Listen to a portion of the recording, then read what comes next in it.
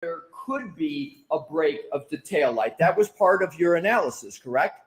So the main part of the photogrammetry was to determine the speeds and the angles and the degree of overlap on the vehicles. And then we also looked at the damage from the video, or actually it's just where the snow was knocked off the rear of the Chevy Traverse, and document the height of that.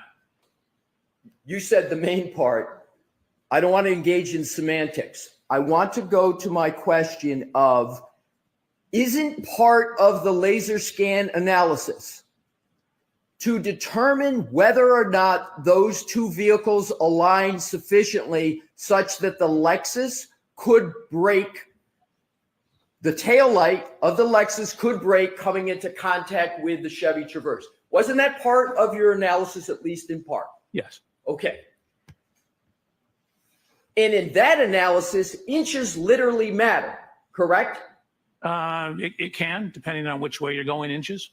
So the ring camera at One Meadows, you're familiar with that ring camera, right? At Correct. One Meadows? That ring camera at One Meadows was used as part of the laser scan process that you and your firm Aperture performed at One Meadows on October 2nd, 2024. Do I have the date correct? I believe so, but like the videos were not literally used during the laser scans. We took the laser scans, the video, combined them together in a process called photogrammetry. Okay, let's get this down to the fundamentals. You used, and that was my question, Your Honor, if we could publish the exhibit with regard to the ring camera. Sure. What exhibit is it? Yeah, I've got my, yeah.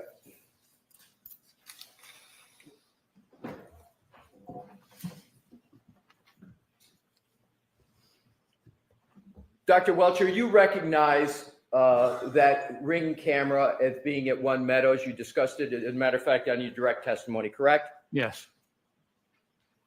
Now, that ring camera was utilized as part of your laser scan process, correct? It was used. So you're confusing laser scan and photogrammetry. The video, the laser scanners are together used in the photogrammetry.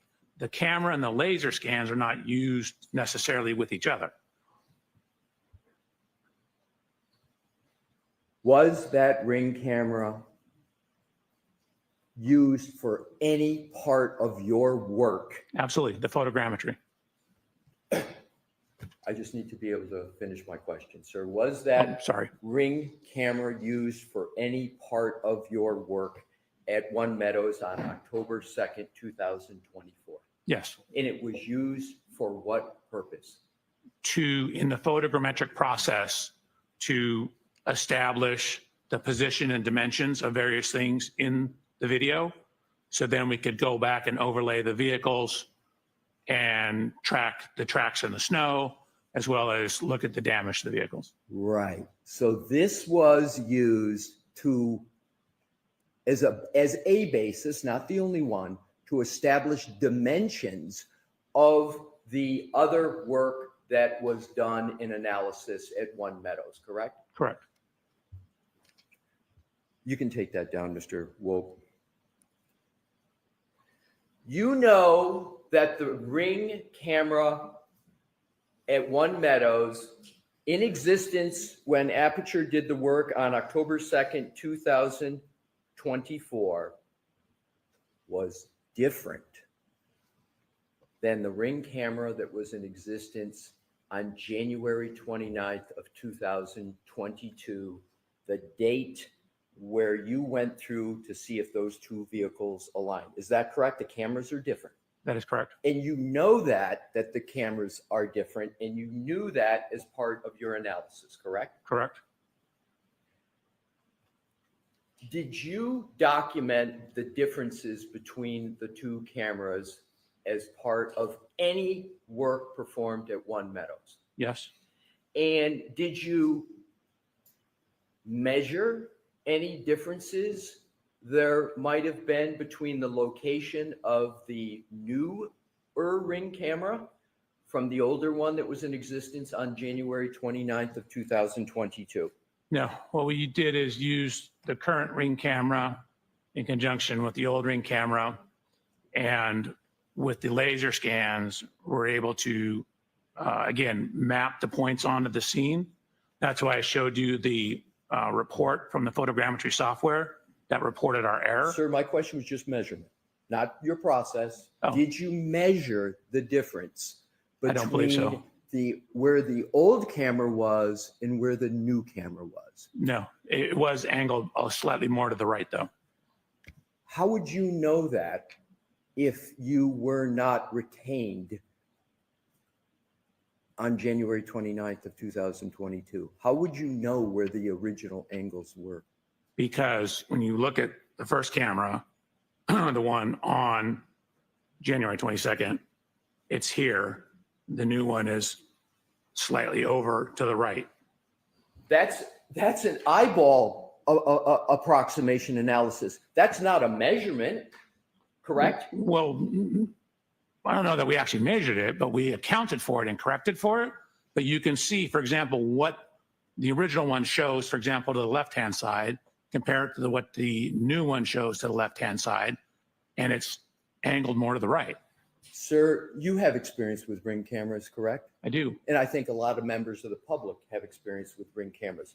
You can move just the camera portion ever so slightly and change significantly the angle of the camera, can't you, what it captures? Just a small turn. Potentially. Right. Even a millimeter turn can make a change.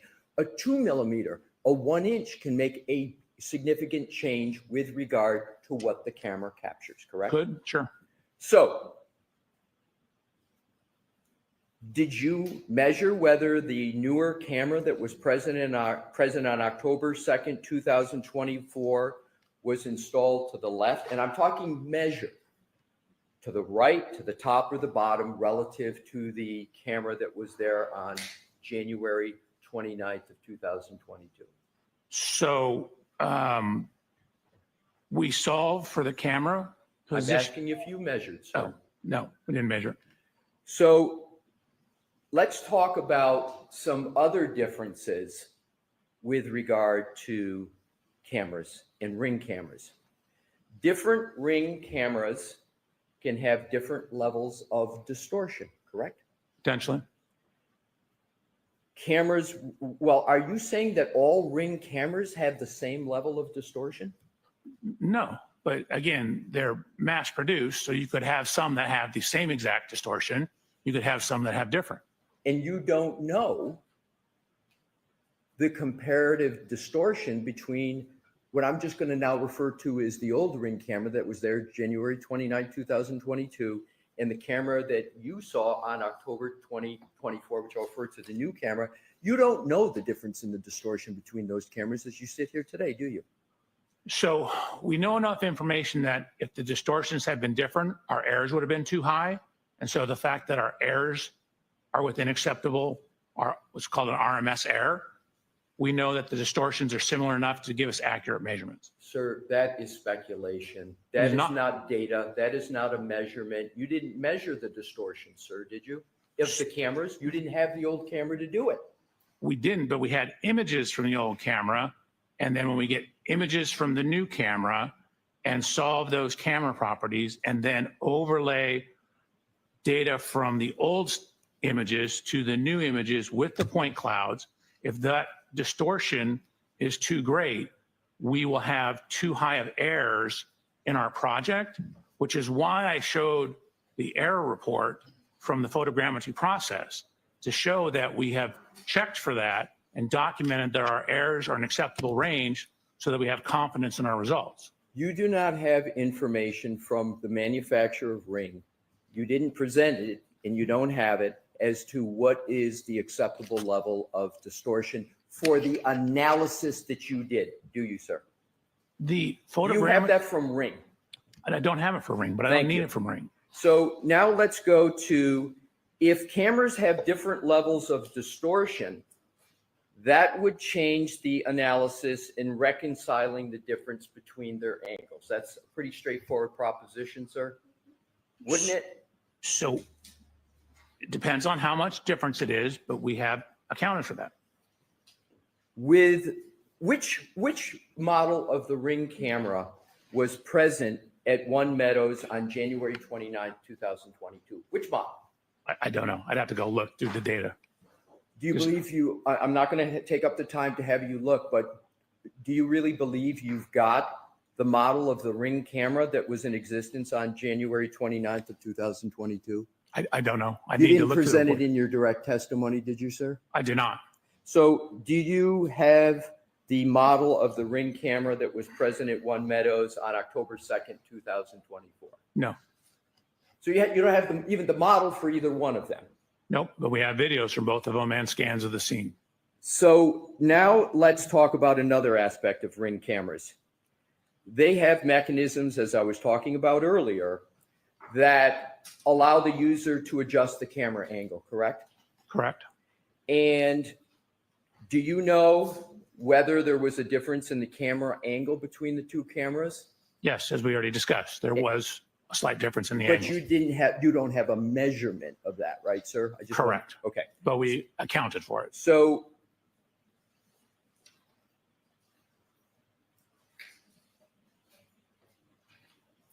wouldn't a difference in models of Ring cameras be relevant at all to your analysis of trying to reconcile any differences between them?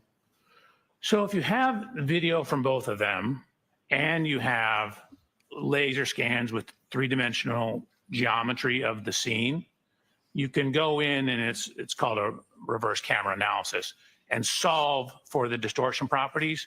The scans give you the real world dimensions. So once you know the real world dimensions, you can then go in, you can go in and then solve for the camera lens properties based upon the real world distortions.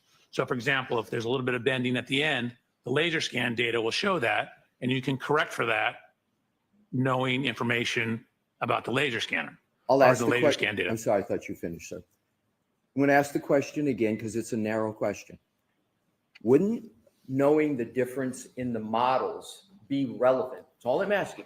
Wouldn't it be relevant to your analysis of reconciling the differences to them? Wouldn't it be relevant? No. So you think the different models are irrelevant to any process you occasioned at one? It's irrelevant. So the analysis of the video itself is more important than the models? I'm not asking if it's more important. I'm just asking, would it be relevant? No, I don't believe it'd be relevant. Now let's go to another aspect of the cameras. Are key parameters in a camera that the software needs to know focal length? It is. Is imaging size something that is an important parameter in a camera? Yes. Are sampling characteristics an important parameter in cameras? Can be. Is the principal point, you understand that concept, sir? Is that an important parameter in a camera? Define how you're using principal point. Sure. A principal point of an image is the point where a camera's direct line of sight, called, as you may know, the optical axis, intersects the image plane. Does that sound familiar? Mm-hmm. So isn't that the image's mathematical center, the principal point? More or less, yes. And for high accuracy photogrammetric work, it's important to know if the lens is mounted centered over the image sensor due to the small manufacturing variances, correct? Could be important. And if the principal point is the center of the image. That's relevant. So doesn't that affect the mathematical calculation of the light ray geometry? It could. So the variance in manufacturing between cameras is a known issue. Do you agree? I do. There's small manufacturing variances that affect one of the key components of the fundamental parameters of the camera, namely the principal point, right? Correct. Did you perform the camera calibration of the camera in place in October of 2024?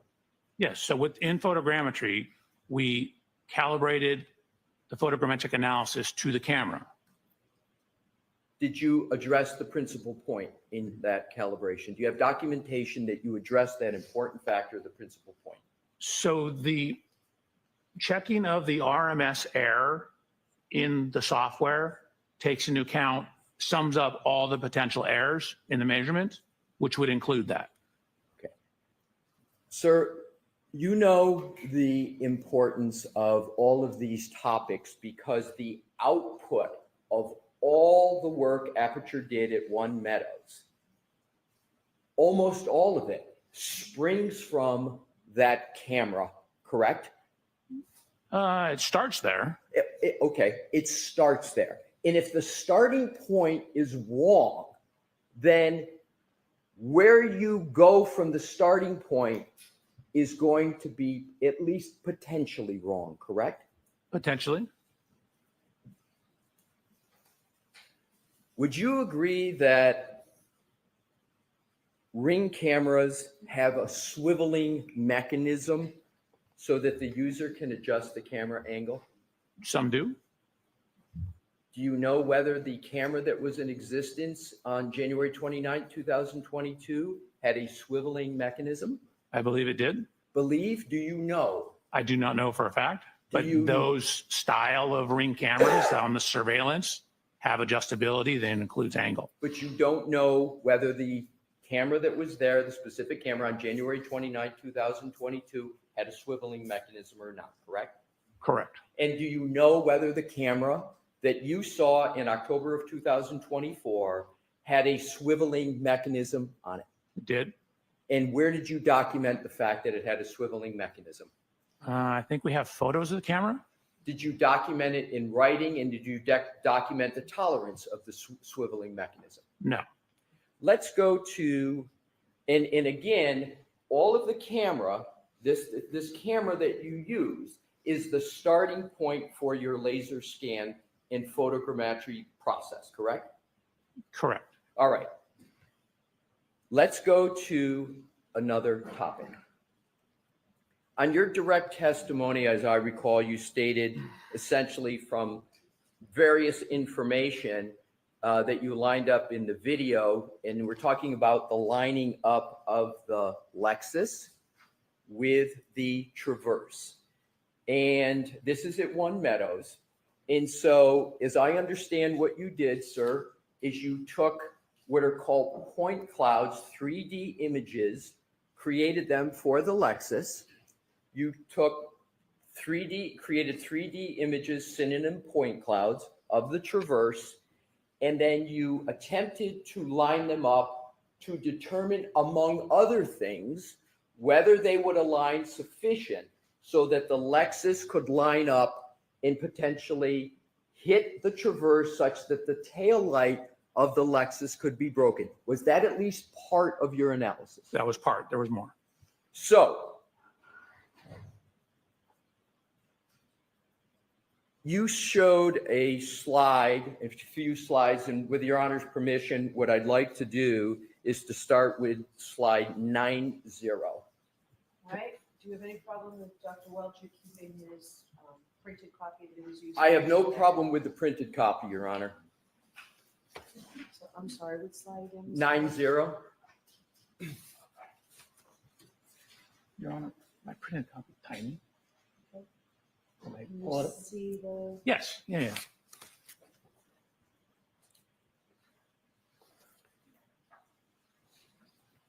Does that slide that's part of your presentation depict a view from the top of the Lexus on the right and the Chevy Traverse on the left? Correct. And is that depicting contact between the two vehicles? It is. Now let's zero in a closer look, and that is a contact point. Am I correct? Correct. I mean, there's multiple points. There's more than Multiple one. points, but it shows more clearly the contact Correct. between the two vehicles. Now, if we could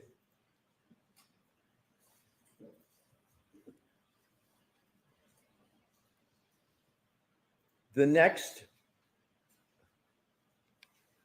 and that is number 91, Mr. Wolf. So Your Honor, 91. I think these are just going to go in order for a few, and I'll keep announcing them. So this is 91, same vehicles, just a different viewpoint. Is that correct, Dr. Welcher? Correct. This and the next I slide. just want to stay I know. with this one. I just Hold on a asked the second. question, does it show the contact? So go ahead and answer now. This slide and all the other slides, we're trying to show the angle of contact, but because it's two-dimensional image, you're losing some perspective. For example, here you're seeing the chrome piece on Mr. O'Keefe's Chevrolet, which is on the right. You're seeing it obviously behind where the Lexus is. So we were trying to show it at a whole bunch of different angles to try and illustrate the degree of closeness or lack thereof. All right. So Thank you. is it correct that on your direct examination, you said in sum and substance, we looked at the degree of overlap and there's only about a 2 to 3 millimeters of overlap between the vehicles? Is that what you recall saying on direct? That is correct. And that you stated that that supposed 2 to 3 millimeters of overlap was insufficient to cause the tail light of the Lexus to contact the rear of the Chevrolet. Do you recall saying that? That's correct. Now, I would like you to look at that. This is from your slide presentation. Is that not showing contact between the two vehicles? Oh, it absolutely is not. What you're seeing is a portion of the vehicle that is behind the area. Keep in mind the angle, the Lexus is angled off to the left. So the area that you see here is actually, in this case, in front of where the taillight is. This is why we tried showing it from a whole bunch of different angles, because when you try and take a two-dimensional image and look at it, you see stuff in the background. So and again, this is why in the computer, we overlaid them, looked at the measurements, in the computer where you don't have this, we have the three-dimensional measurements and it does not hit. Where did you show in your slide presentation what you just said, that it doesn't show an overlap? So Where? it shows a contact. It definitely contacted, I'm sorry, Mr. Reporter, down below here. It does not show a contact here. So to answer your question, all the next slides were our attempt to do that. So all the next slides is your answer. We're going to go to those next slides. So just to be clear, you're saying that that depiction does not show any contact between the taillight of the Lexus and the Chevy Traverse. So the upper taillight, just to be clear, because the lower taillight is much closer. Well, it's not only much closer, it's in contact, isn't it, sir? It's very close. It's probably within an inch of being in contact. Oh, so you state that even the lower part of the taillight is not making contact? So if, again, maybe there's a photo we could show or a scan that is on the rear of the vehicle and it contacts on the corner, which is just around. So maybe like an inch or so in front of it on the corner. I'm just going with what you presented in your slide Well, let's presentation. go to the next slides and then Sir, maybe I we'll see will it. determine which slides we go Okay. to on my questioning. I'm just hoping So to now answer your let's question. go to, Mr. Wolf, the next slide There we go. in your presentation. My question is zeroing in. Are you saying that that slide does not show contact between the tail light of Ms. Reed's Lexus and any part of the Chevy Traverse? Yeah, absolutely. It's exactly what it shows. You can see a little better here. Again, we tried all these different angles, which is why all these slides are in there. But you can see some of the geometry of the light. This structure, and again, remember I said the Chevy kind of curves in as it goes up a little bit. Let's go to the next slide.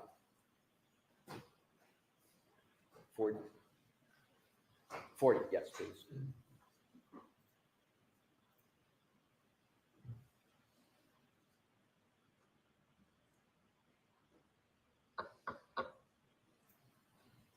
Is it working? 41, Your Honor. Right, thank you.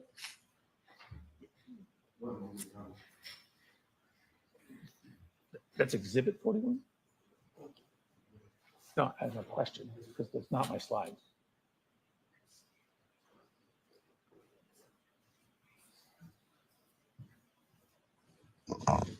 So, Mr. Alessi, is this exhibit number 41 or is this from the PowerPoint? Because, Slide 41. Slide. okay.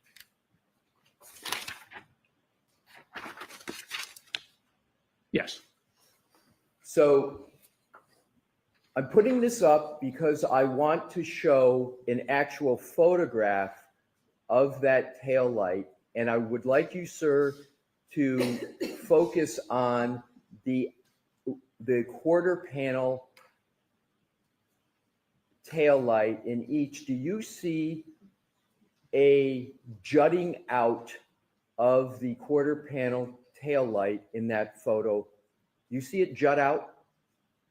So I don't know if you and I are talking the same thing. There are little fins here. Correct. Now, what I'd like to do is to go back to the depiction we were just looking at, and that depiction doesn't show the jutting out, does it? No, it does. Those are actually more on the side of the vehicle. You can't see them in this image. Correct. You But- can't see them. Hold on a second. I wasn't finished. But Sir. they are 100% there. We actually did special hand scans with a hand scanner of the taillight to put it back on to the vehicle. You say they're 100% there, but you can't see it in that depiction, can you? The jutting out that you could see in the two-dimensional one we just saw. You can't see it. I can't see who's behind that wall because it's being blocked by something. I can't see on the side of that taillight because it's on the side I can't see. It's being blocked. Sir, my question is simple. You cannot see the jutting out of the tail light in this depiction, can you? Correct. Okay, now let's go on to the next question in this topic. You could have easily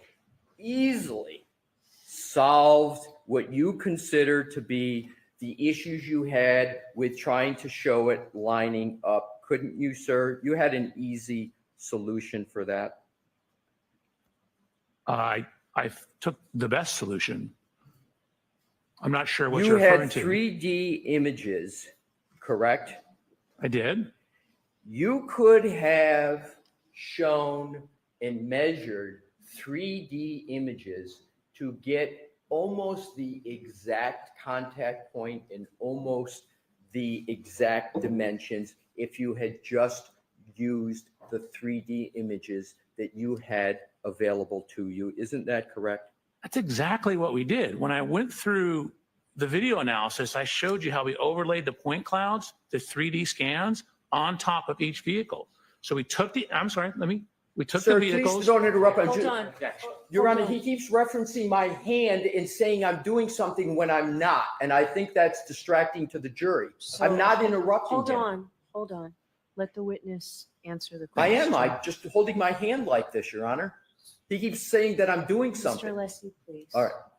Go ahead, finish the answer, Dr. Walker. Again, in the photogrammetric analysis, I showed the video. I showed how we overlaid the point cloud on top of the video. That proves that the way we solved it, correct camera characteristics, matches. Otherwise, that would be distorted.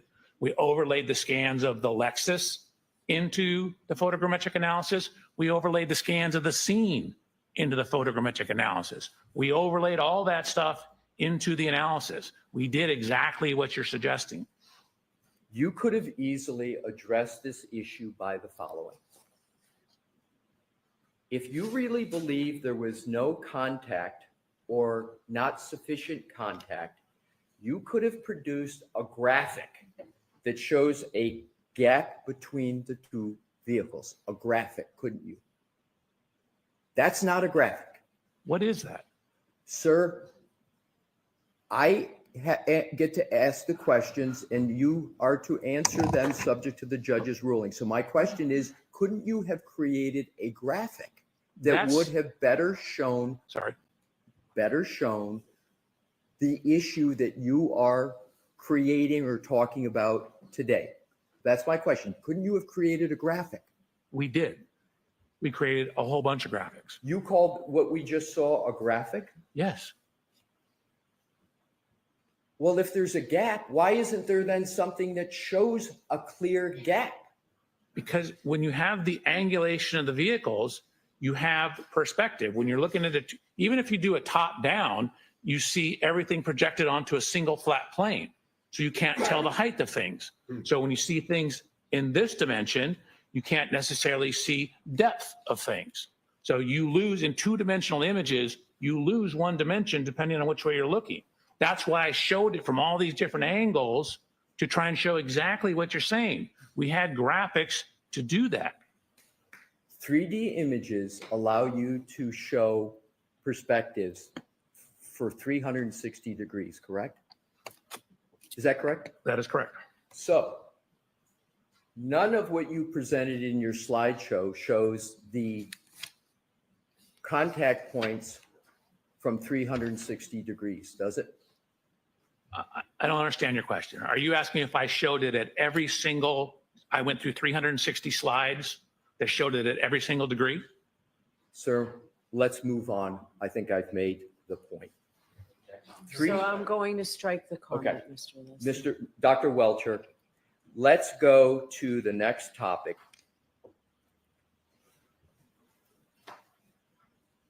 And keep with these two depictions.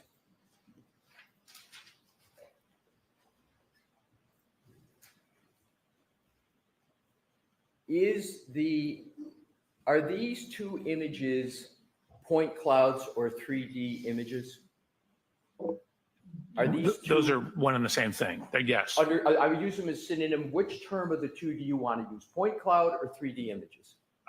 Both are fine. It's a 3D image composed of points. Okay, so let's just call them 3D images so we Okay. can do this more quickly.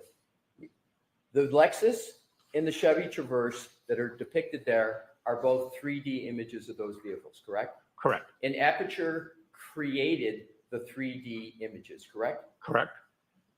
Sir, did you do these scans and did you personally create these images? No, one of the assistants at Aperture did. So you're speaking about what somebody else did at Aperture, correct? They were doing it at my direction. And for example, the Lexus scan, I showed the photographs. You can see the gentleman that works at Aperture, Mike Morelli, was scanning them for me while I was doing the rest of the inspection. And then the hand scanning of the rear tail light was done by another engineer. I was out there with him doing it, taking measurements. And then same thing with the Chevy Traverse. My question is, you didn't do the creation of these 3D images, did you? The individual images, no. All right, so let's go to these individual images. These are 3D images. Is that your testimony? Yes. Let's look at the tail light. Okay. That's not a 3D image. That's a Photoshop, isn't it? Nope. Oh, so it's your testimony that that tail light is a 3D image. That absolutely is a 3D image. The way you can tell is when you get up near the chrome, because lasers don't like shiny objects, you start to get a scatter. So see all these dots here?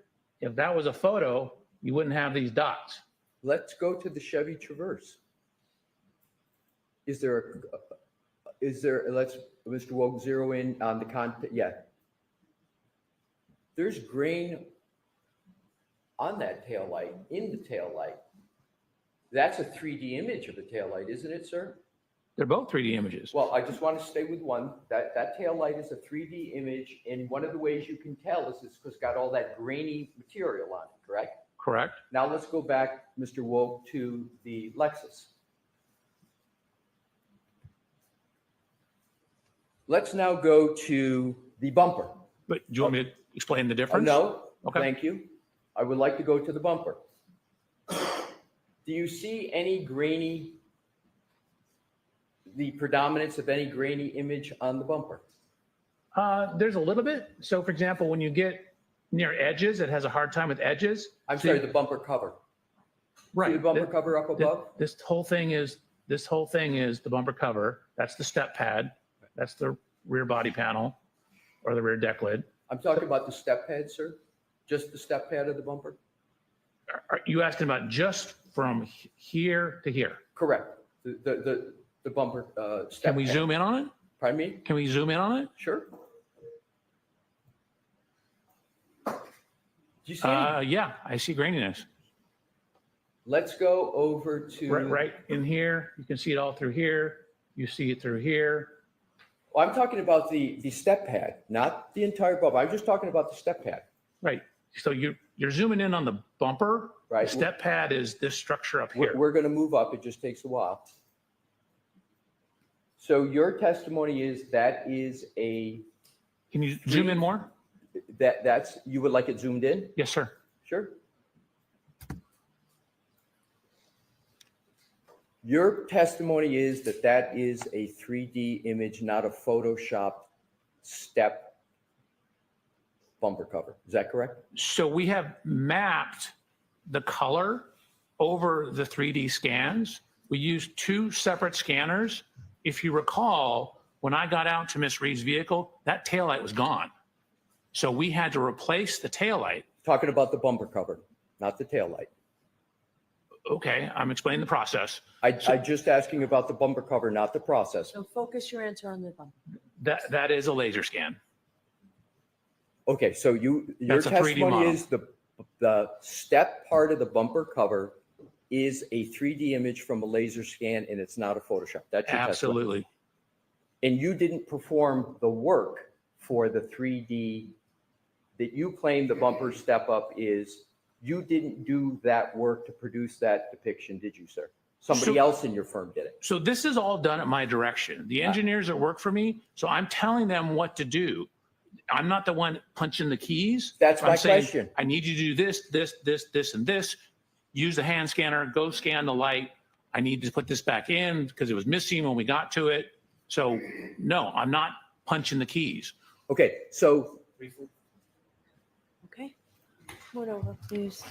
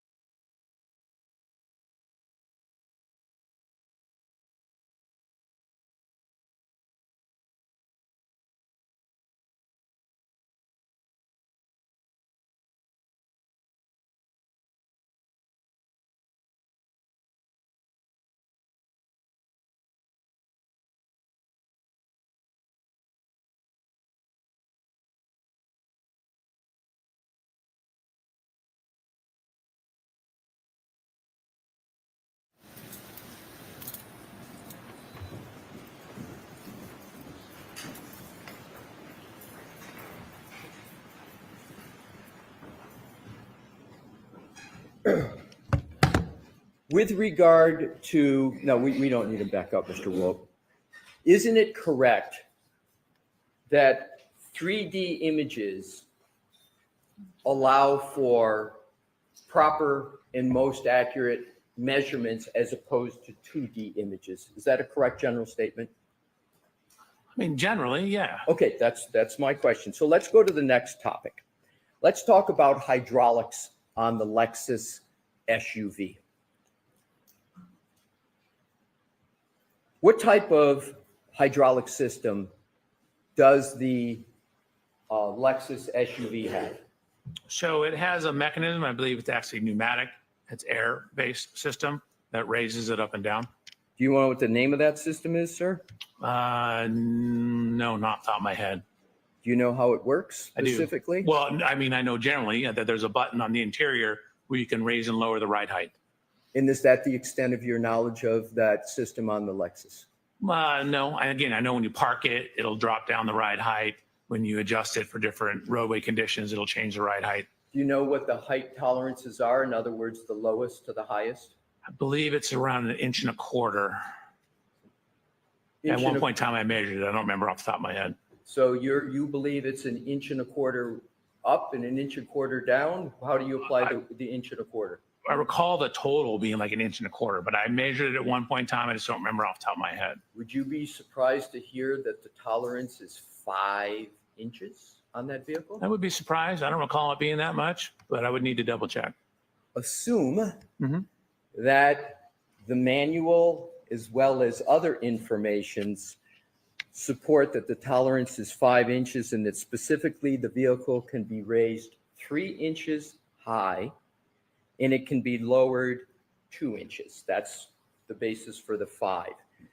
What was the suspension height of Miss Reed's Lexus that you used for your accident reconstruction analysis out front at 34 Fairview between 12 a.m. and 1 a.m. on January 29, 2022 to determine whether it was possible for the spoiler on the back of the Lexus to make contact with the eye of Mr. O'Keefe? If it was even possible, what did you use for a measurement We of the suspension? matched the measurements from when the vehicle was tested, I believe on February 1st at the Canton Police Department. What match did you make? So we aligned the bottom of the taillight, actually the sheet metal right below the taillight.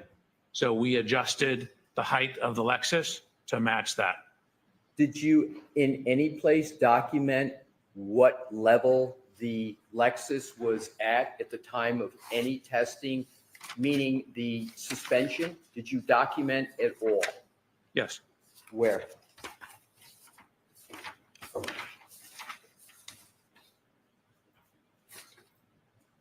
Slide 107. Can we have slide 107, Mr. Wolf?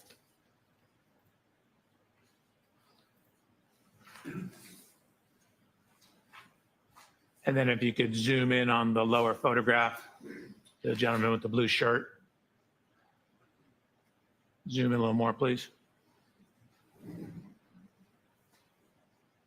So if I may, we matched the bottom of the sheet metal here to photographs when it was at the Canton Police Department. Sir, my question is, where did you document whether the suspension was at 0, whether it was +3 or -2? Where did you document that? Right here. And what are the numbers of the documentation of that? I don't know. We were matching the photos. So I don't care what the numbers are. I care that the height is the same. Okay, so I just heard you say, if I heard correctly, you don't care what the suspension is at. Is that your testimony? No, I don't care what the suspension number is as long as the heights match. I understand. I understand. So what was the suspension height of Miss Reed's Lexus at 5:07 a.m. on January 29th, 2022, while at One Meadows and colliding with the Chevy Traverse? What was the suspension height then? We assumed it was the same as when it was at the Canton Police Department. Exactly. You assumed, but there's no measurement like was just on that depiction. There was no note that said, okay, we're doing this very important and inches sensitive measurements to see whether the tail light on the Lexus makes contact with the traverse, but there's no measurement and no documentation of what the suspension height was at One Meadows, correct? So we took the closest measurement in time to the One Meadows event, which is when it was at the Canton Police Department. That was the best information we had. Well, that information isn't very good because the vehicle had to go from Canton to One Meadows. And when the vehicle drives, the way the suspension system works, it's automatic. When you go above 20 miles an hour, the suspension comes up. And when you turn off the vehicle, it goes down so you can get out easier. So it would be improper to assume that the suspension at One Meadows would be the same at another location. That's the only, sorry, Was there objection? Yeah. Go ahead and answer, please. that's the extent of the information we had. We had it when it was at the Canton Police Department. That's- We matched that height. Sorry, sir. I understand. But actually, you brought up a good point. It's going so slow when it's backing up that it wouldn't raise up. So the static position when it's backing up would be the static position. But it wouldn't be going in backup from the Canton Police Department to One Meadows. It wouldn't be going back up when it's going in other locations, sir, right? It would be driving forward. It had to get from point A to point B. Right, but as you pointed out, when you turn it off, it drops down, and then you turn it on, and then once you go above 20, as you indicated, it goes up. But when she's backing up, she never goes more than a couple miles an hour. So it's going to be at the same position as when you start, which is approximately the same position when it's off at the Canton Police Department a couple days later. Do you know whether the suspension system locks when there is testing of the infotainment system? Whether the suspensions, I don't know. Okay, let's go on to the next topic. You're aware of the vehicle control, excuse me, Your Honor.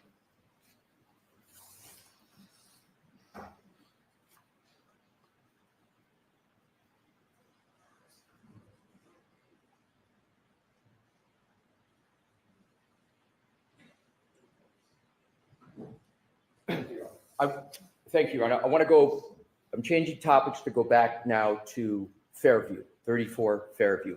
You don't know what the suspension ride height at 34 Fairview was on January 29th of 2022, do you? Correct. So therefore, if you don't know what the suspension height was, because of course you weren't there on January 29, 2022. Therefore there's no measuring stick, as you say, you assert that you would have accounted for it in your methodology. So you don't have the suspension height for that key day, do you, sir? I only have it 2 days later. All right. So when you talk about key measurements, such as the spoiler on the top of the Lexus and the inches that are important as to whether things such as is there a contact with the front eye, you don't have some data that would be relevant to that calculation, the sum data being the suspension height of the Lexus at that time, do you? So we have some data. We have photos of the vehicle 2 days later. We don't know the exact height outside because, as you alluded to, we don't have a measurement on January 29th of it, but we do have it 2 days later. That's the source of the measurement.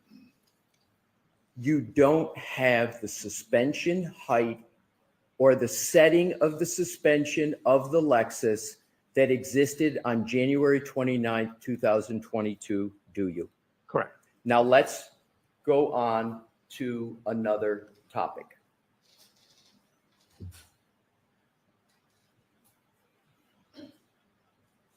Within the 34 Fairview on January 29th of 2022, I'm not going to go over them, but you asserted various measurements, height, width, with regard to the Lexus, correct? It wasn't just for the spoiler at the top, correct? Correct. And for all those other measurements that you talked about, you did not have the suspension height and the suspension setting of the hydraulic system of the Lexus on January 29th, 2022, did you? So the hydraulic's only going to affect the vertical dimensions. It doesn't change anything left to right. It doesn't change anything down the side of the car. Understood. But for the measurements that are affected by vertical, you didn't have the suspension height of the Lexus system on January 29th, 2022. Again, I only know what it is 2 days later. So now let's go on to vehicle control history. Sir, you understand what I mean by vehicle control history of Do this VCH? text stream information? Are you aware of what is called the Bosch crash data retrieval system in Lexus vehicles? Of course, we showed it on my slides. And the Bosch crash data retrieval system in Lexus vehicles is sometimes referred to as the black box. No, you're mixing up two things. So the Bosch is like the tools. It's a question, sir. So can you answer that with a yes or no? Is the Bosch crash data retrieval system the black box on Lexus vehicles? I just wanted to repeat it so we can. I didn't hear what the objection. You objected? I'd like him to be able to finish his answers. Yeah. So the question was just asked. Can you answer that question? No, it doesn't make sense. Okay, next question, Mr. Wilson. I'm going to ask the question, sir. The Bosch crash data retrieval system in Lexus vehicles, you're familiar with that? Are you familiar with it? There is no such thing in the Lexus. A Lexus does not have a Bosch crash data retrieval system? No. Have you read the report of Trooper Paul, Yes. the May 2023? Does that report not use the exact words posh? Let me ask this. Do you recall? Sustained. The Okay. objection sustained. Let's go to the VCH system in Lexuses. Is the VCH system intended by Lexus as a diagnostic tool for their technicians, Lexus technicians, to assist in vehicle repair and maintenance? Is that what that is created for? That's their stated purpose. Right. And is a synonym for VCH TechStream? Sort of. TechStream, similar, like Bosch is the hardware and software to access the black box data. TechStream is the software to access, for example, the pre-collision system, the PCS system, and the VCH, which is the vehicle control history. So TechStream which does a lot of other stuff, but does access that information. You just mentioned Bosch, didn't you, sir? So Bosch is not in the Lexus. You use Bosch stuff sold by Bosch, Bosch software and hardware, and you walk up to the Lexus with all the Bosch stuff and plug it in and download the event data recorder, the EDR, the black box. That was my problem. There is no Understood. Bosch stuff in the Lexus. I understand, sir. That was going to be the question that I was trying to get to, but you've explained it, so I don't have to answer the question. Let's go to the VCH database that you say the stated purpose is to assist technicians at Lexus in vehicle repair and maintenance. So I didn't say that was a stated purpose. I'm saying that's what Lexus or Toyota says is a stated purpose. It's being used in litigation all the time. All I know is that's what Lexus and Toyota says. But again, it came about right when we started seeing all the sudden accelerations in the Toyota vehicles. So my question is the VCH database specific to Toyota and Lexus vehicles? So it's not a database, it's software. Is the software specific to Lexus and Toyota? The VCH? Those particular acronyms are, yes.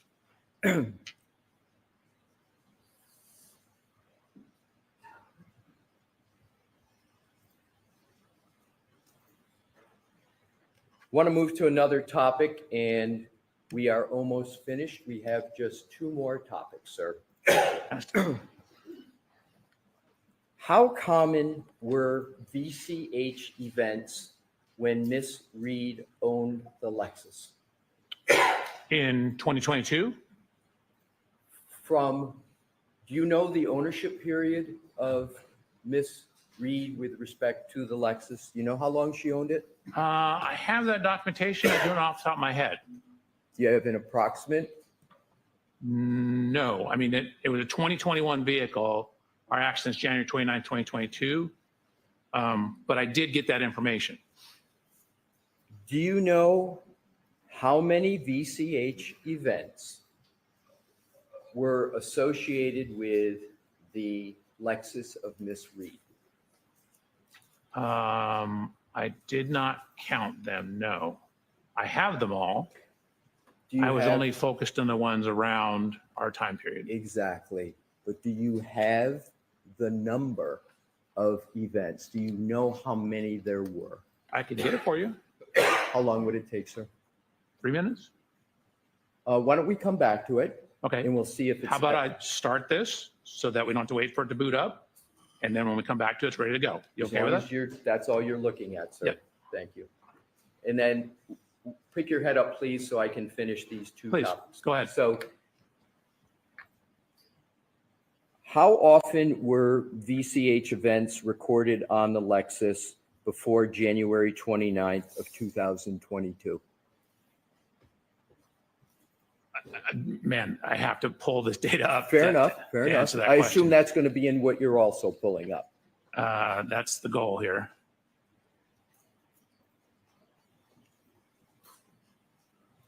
Would the number be about 15? Does that sound right to you? Let's see, 1, 2.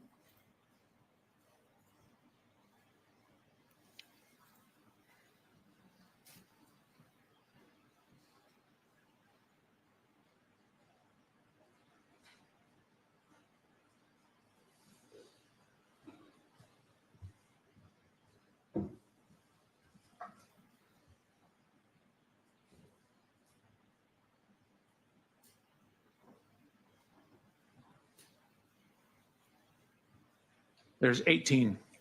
18. So there were your records show that there were 18 VCH events recorded on Miss Reed's Lexus, correct? Before the subject one. Right.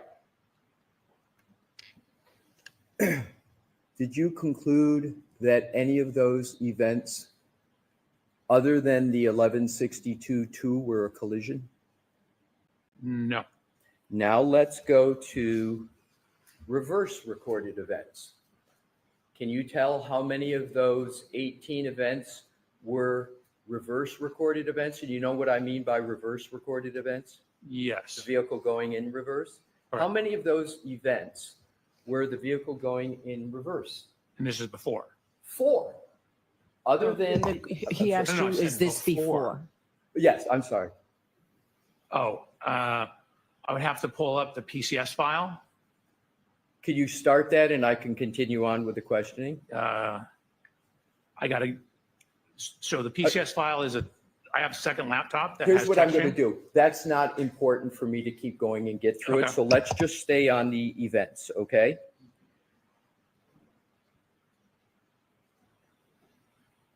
Only one of all of those events, those 18, are you concluding that there was a collision associated with them, correct? Just one.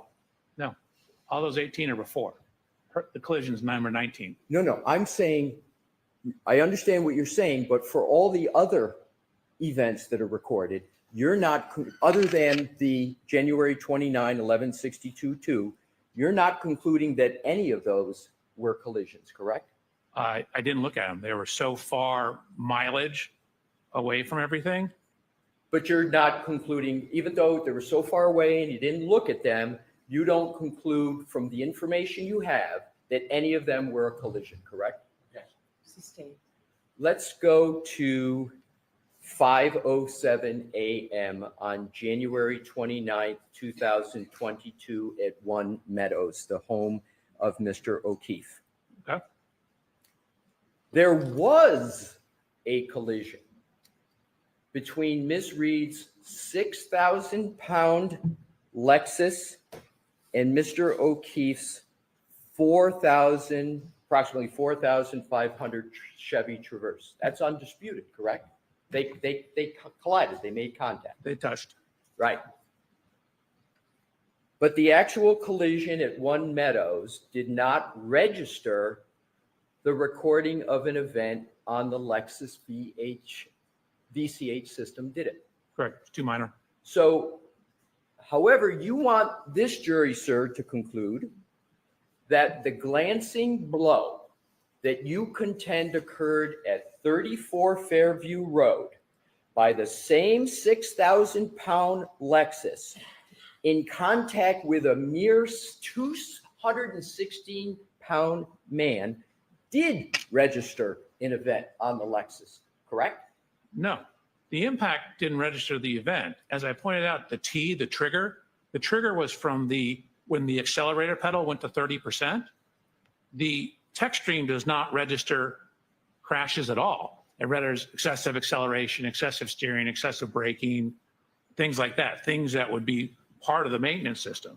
So the tech stream will never register an event, even if you hit a wall at 100 miles an hour necessarily. I mean, it'll cause stop codes and things like that, but that's not what it does. The trigger here was transitioning into reverse and then gunning the accelerator pedal in reverse. And so when it went from 30 up to 74% throttle, once it went over 30 in that transition, that's what triggered the tech stream. It had nothing to do with, and that's why I'm telling you, I don't know when in that event the impact occurred, because the tech stream doesn't tell you that. Thank you. You're welcome. Exactly my point. The tech stream information doesn't tell you when a collision occurs, does it? Correct.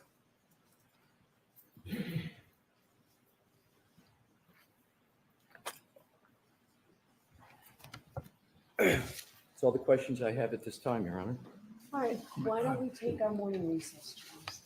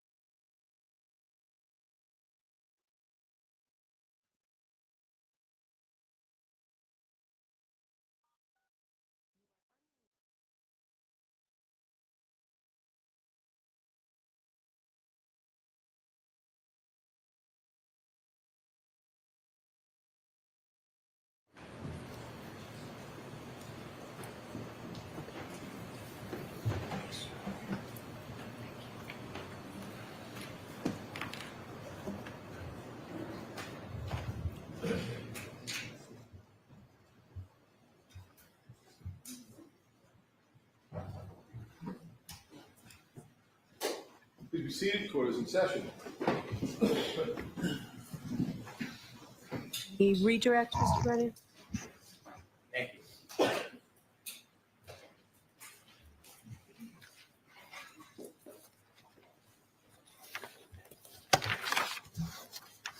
Good afternoon.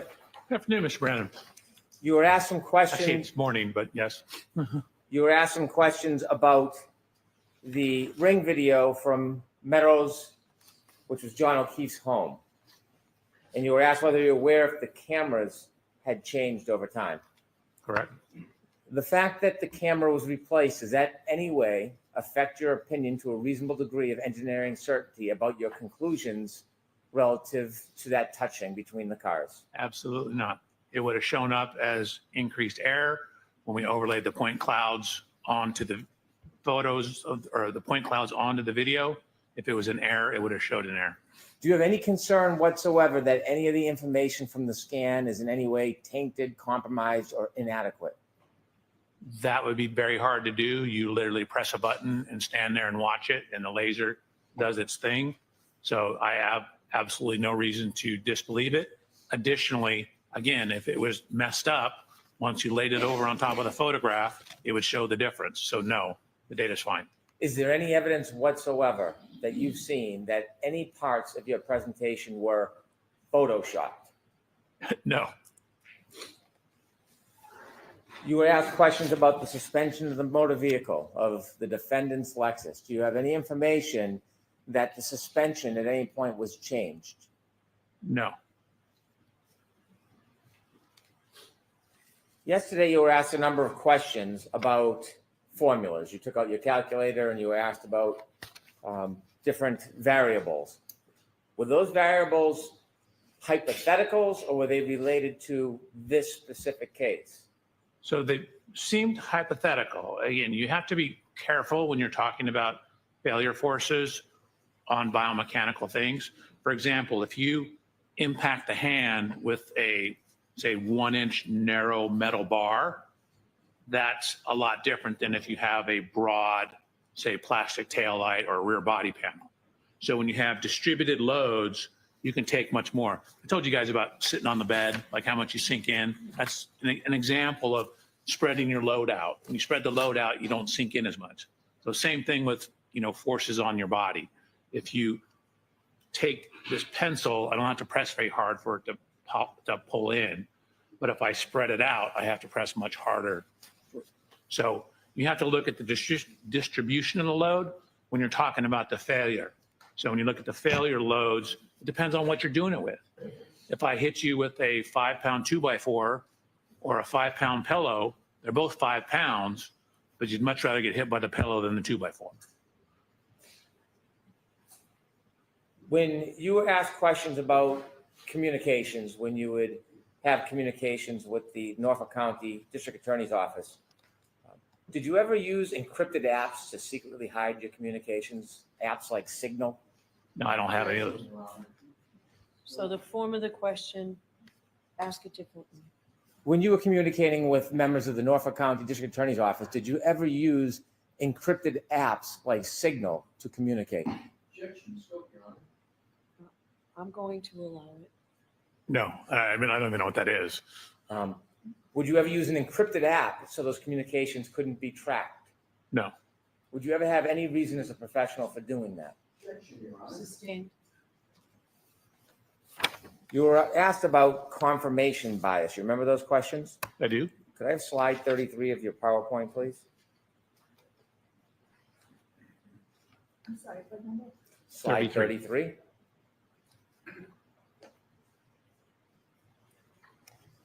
Give me a second.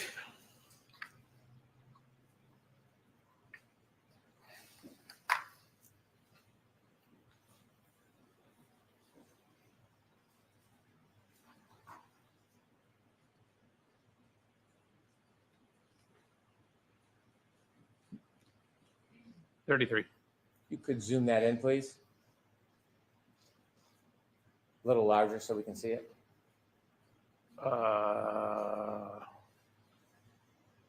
I cannot do it with one monitor. You can't do it any closer than that? No. not since I took down, oh, hold on. Here we go. Which part do you want me to zoom in? Ms. Gilman can zoom in for you. Sorry? Which part? Ms. Gilman's going to do it for you. Oh, there you go. Perfect. If you could zoom in, please. Okay. On shift position signal, going forward, then neutral and reverse. Does that data suffer from confirmation bias? No, that's strictly electronic data. When we look over at the vehicle speed, can we go to the left a little bit?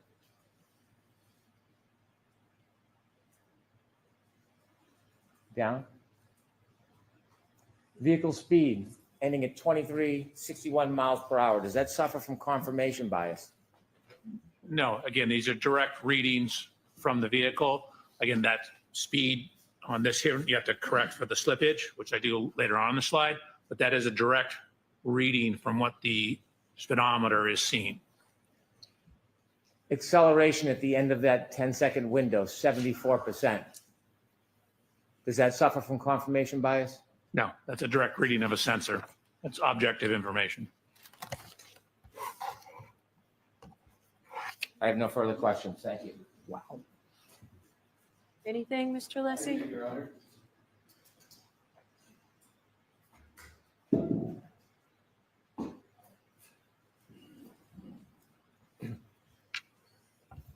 Yeah, Your Honor. Yes. Thank you.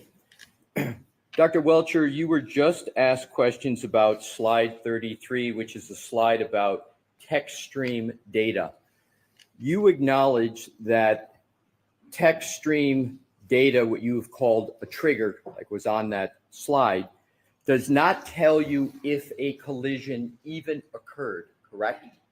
Correct. With regard to the topic of confirmation bias that you were just asked about in slide 33, am I correct that all of the questions that Attorney Brennan just asked you were about data on that slide, correct? All that's on that slide is data, correct? And he asked me more questions than just this slide. But were the questions just about data? On this slide, it was just about data. Correct. But confirmation bias is really aimed at opinions and conclusions and alternative hypotheses. Isn't that what confirmation bias gets at? So generally, yes. Again, I started this case with It was the just a question. hypothesis, Go ahead, sir. Go ahead. with the hypothesis that the Lexus didn't contact Mr. O'Keefe. And so I start what's called the null hypothesis, that this didn't happen. And then I look at evidence to either include or exclude the null hypothesis. So theoretically, my confirmational bias starts with a bias that it didn't happen. Can you point to one document that shows that you analyzed whether there was no contact between the Lexus and Mr. O'Keefe? Can you point to one document? Was there one document on your slide presentation that analyzed the null hypothesis, as you call it, there being no contact at all? Was there any slide in your direct testimony? So remember what I said, we start with hypothesis, we get more data, we whittle down our hypothesis to the final answer. I mean, I had 130 slides. I suspect I bored some of these people to death already. So I didn't include everything. There's thousands of photographs in here. There was a bunch of testing I did with the Lexus about backing, pedestrian detection, that, you know, removed certain hypotheses. So if I was able to eliminate a hypothesis, I didn't present it here. Sir, my question is not about you. All the slides show that, to answer your question. Sir, my question is there any slide that says alternative hypothesis to whatever the label is, whatever the term, it says no contact between the Lexus vehicle and Mr. O'Keefe? Is there any document that you presented to the jury that shows that? Any document where those words are written on it? Correct. No. And to work through hypotheses, different ones, in confirmation, and to see whether there's confirmation bias, have you heard of scientists refer that as showing your math, so to speak, in working through hypotheses, documenting each hypothesis and how and why you rejected them? Have you heard of that term in the scientific world, show your math with confirmation biases and alternative hypotheses? Just a question. Have you heard the idiom, the phrase, show your math? Your question is, have I ever heard show your math, period? Associated with the application of various hypotheses to avoid confirmation bias. Have you heard of that term used in that conjunction? Not really in that Okay. context. It's probably, I understand where you're going with it. Thank you, sir. You're welcome. No further questions. Dr. Welcher, you were all set. Oh my God, thank you. Give me a minute to pack up and I will be out of here.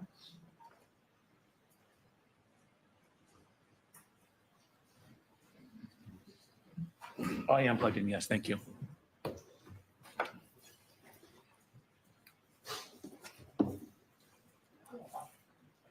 Excuse me? Yes, you can put your.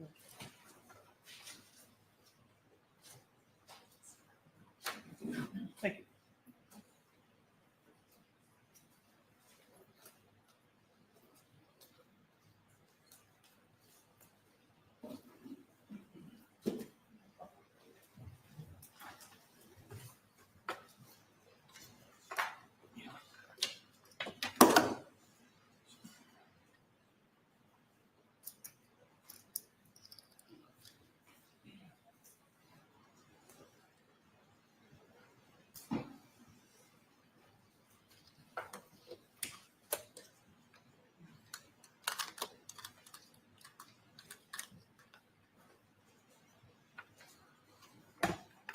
I'll do this out there.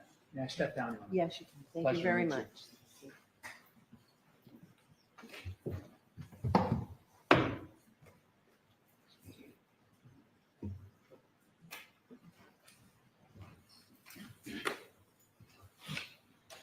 Mr. Brennan?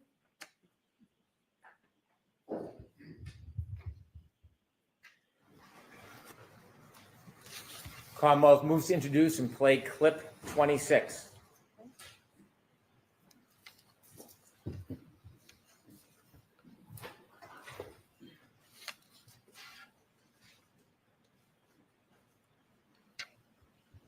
So I thought, could I have run him over? Did he try to get me as I was leaving and I didn't know it? I mean, I've always got the music blasting. It's snowing. I got the wipers going, the heater blasting. Did he come and hit the back of my car and I hit him in the knee and he's drunk and passed out and asphyxiated or something? And then when I hired David Yannetti, I asked him those questions the night of January 29th. Like, David, what if, I don't know, what if I ran his foot over or what if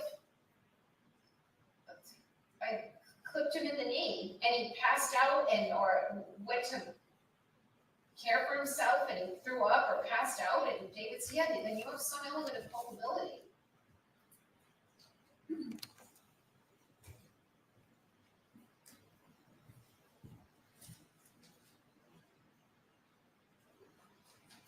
Exhibit 207.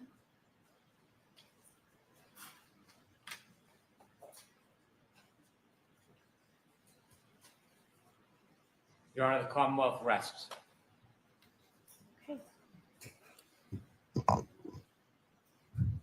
Does council want to see me? We do, Your Honor. Okay, so should we send the jury out or should? Probably, yes. So jurors, so everybody can sit.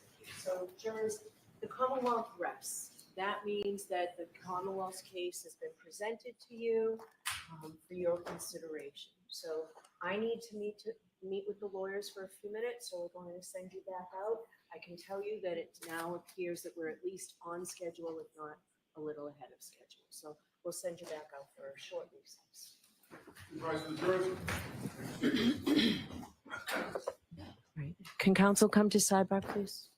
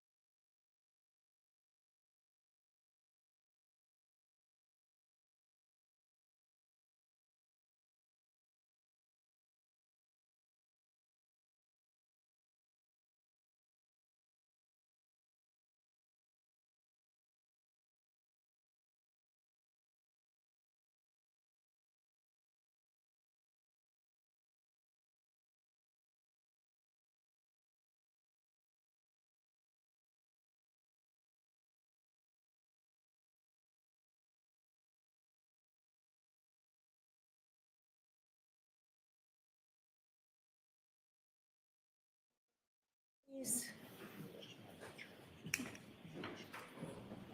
Oh, so you didn't switch the seats. Gotcha. Thank you.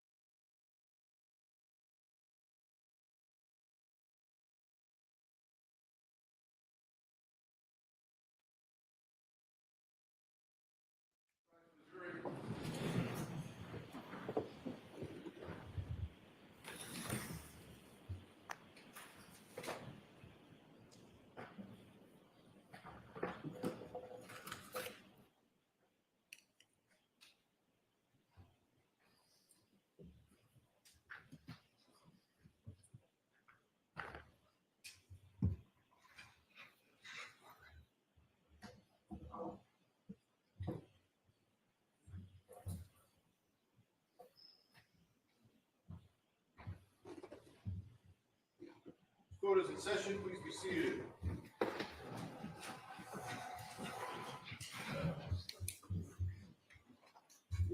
All right, so jurors, we all, it happens several times a day, doesn't it?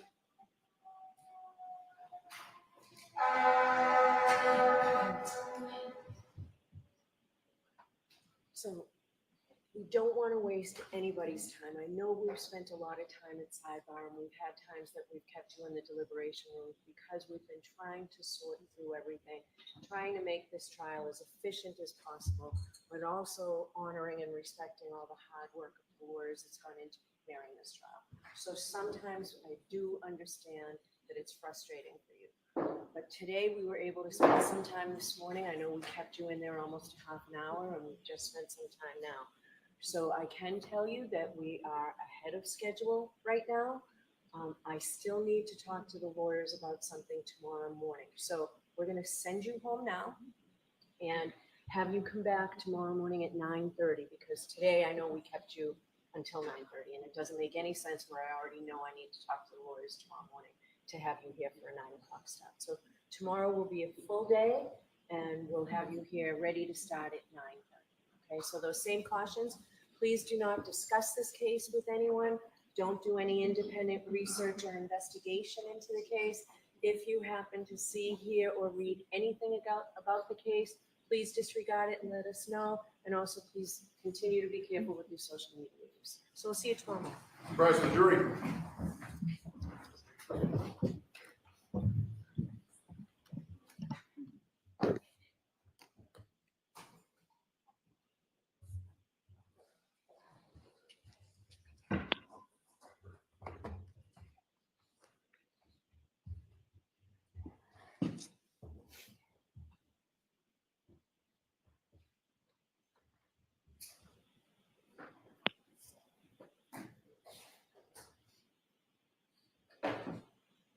right, so Ms. Little, if you can get me whatever you're going to get me within the next hour, so that would be great.